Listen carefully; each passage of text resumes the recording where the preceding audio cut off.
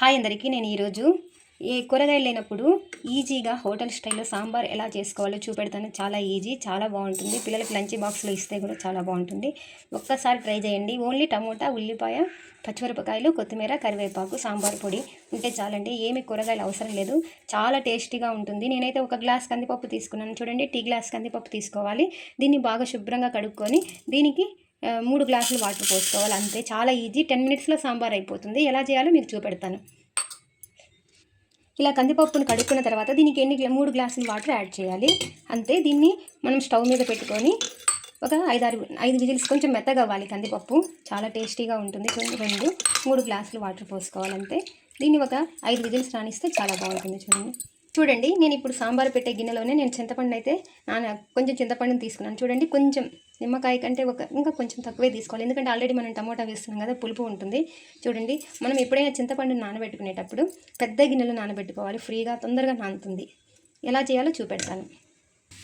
చూడండి, ఇలా కందిపప్పు బాగా ఉడికిన తర్వాత చూడండి మెత్తగా ఉడికింది. ఇలా ఇప్పుడు మనము అన్ని ముక్కలు కట్ చేసి పెట్టుకోవాలి. దీనికి కావాల్సింది ఓన్లీ టమోటా, చూడండి చిన్నగా సన్నగా కట్ చేశాను. ఉల్లిపాయ, పచ్చిమిరపకాయలు కొన్ని ఒక 2 తీసుకున్నాను. కొత్తిమీర, కరివేపాకు కూడా సన్నగా కట్ చేసుకోవాలి. ఇప్పుడు మీకు ఎలా చేయాలనేది ప్రాసెస్ చెప్తాను. చూడండి, ఆల్రెడీ నేను చింతపండు నీళ్ళు ఇలా తీసి పెట్టుకున్నాను, చింతపండుని. అంతే, దీంట్లోనే సాంబారు దీంట్లోనే ప్రిపేర్ చేస్తాను. చూడండి, ఇప్పుడు కొంచెం బాండీ పెట్టుకొని దీంట్లో కొంచెం నూనె వేసుకోవాలి. సాంబార్కి కొంచెం తక్కువ, ఏం ఎక్కువ వేయకూడదండి, కొంచెమే వేసుకోవాలి నూనె. చూడండి, అంతే.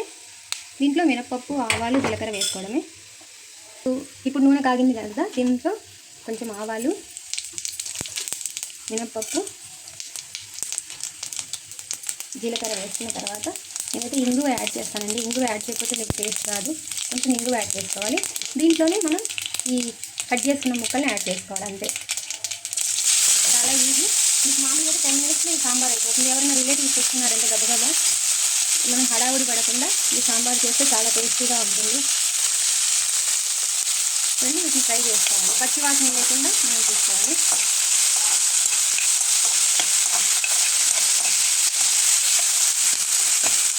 చూడండి, నేను పసుపు అవన్నీ ఎప్పుడు యాడ్ చేయాలో మీకు చెప్తాను. వీటిని పచ్చి వాసన వచ్చేంత వరకు వీటిని బాగా ఫ్రై చేసుకోవాలి హై ఫ్లేమ్ మీద. ఇప్పుడు ఈ ముక్కలు ఫ్రై అయిన తర్వాత మనం కందిపప్పుని యాడ్ చేసుకోవాలి. చూడండి, ఉడికిన కందిపప్పుని యాడ్ చేసుకోవాలి. నేనైతే కొంచెం వాటర్ యాడ్ చేస్తున్నాను, మరి చిక్కగా ఉంటే కూడా టేస్ట్ రాదు కదా.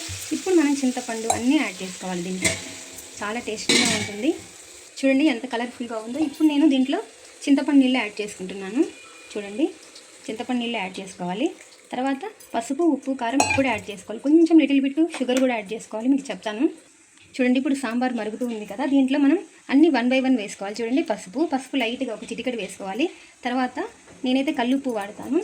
ఇలా చేస్తే మీకు హోటల్ స్టైల్లో, హోటల్ కంటే కూడా చాలా టేస్టీగా ఉంటుంది. చూడండి, కల్లుప్పు వేసుకోవాలి. మీరు ఒక 2 స్పూన్లు వేసుకోండి. చింతపండు అయితే మనం తక్కువే వేసాం కదా. తర్వాత ఉప్పు, కారం, పసుపు వేసిన తర్వాత సాంబార్ పొడి మెయిన్ ఇంగ్రీడియంట్ అండి. సాంబార్ పౌడర్ నేనైతే ఇంట్లోనే చేస్తాను. మీకు ఎవరికైనా కావాలంటే ఎలా చేయాలనేది ప్రాసెస్ చెప్తాను. చూడండి, ఇలా సాంబార్ పౌడర్ కొంచెం యాడ్ చేసుకోవాలి, ఎందుకంటే ముక్కలు లేవు కాబట్టి ఒక 1/2 స్పూన్ యాడ్ చేసుకోవాలి. దీంట్లో లిటిల్ బిట్ కారం యాడ్ చేసుకోవాలి. చూడండి, కారము ఒక 2 స్పూన్ల కారం యాడ్ చేసుకోవాలి. మనం మిరపకాయలు 2 వేసాం కాబట్టి అంతే. కొంచెం చక్కెర యాడ్ చేసుకుంటే సాంబార్ రెడీ. చూడండి, సాంబార్కి ఎప్పుడైనా కూడా కొంచెం లిటిల్ బిట్ చక్కెర యాడ్ చేసుకోవాలి, లేకపోతే కలర్ రాదు. ఎక్కువ వేసుకుంటే తీపి ఉంటుంది. అంతే, మనం మళ్ళీ పోపు వేయాల్సిన అవసరం లేదు. చూడండి, ఎంతో టేస్టీగా కలర్ఫుల్గా సాంబార్ రెడీ అయిపోయింది.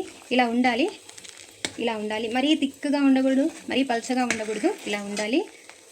ఇది చల్లారిన తర్వాత దగ్గరికి వస్తుంది కొంచెం. అంతే, వేడి అన్నంలో పిల్లలకి కానీ ఇది కానీ లంచ్ బాక్స్లలో కానీ ఎవరైనా రిలేటివ్స్ వచ్చినప్పుడు ఇది ప్రిపేర్ చేస్తే చాలా బాగుంటుంది. ఒకసారి ట్రై చేయండి. అయితే మెయిన్ ఏంటంటే సాంబార్ పౌడరు బయట నుంచి కాకుండా ఇంట్లోనే ప్రిపేర్ చేసుకుంటే మీకు ఈ కలర్ అనేది వస్తుంది. ఎవరికైనా కావాలంటే సాంబార్ పౌడర్ చెప్పండి, ఎలా చేయాలో నేను చెప్తాను. అంతే, వేడి సాంబార్ రెడీ. దీంట్లోకి మనం ఏదన్నా పక్కకి వడియాలు వేయించుకుంటే వేడి సాంబార్ రెడీ.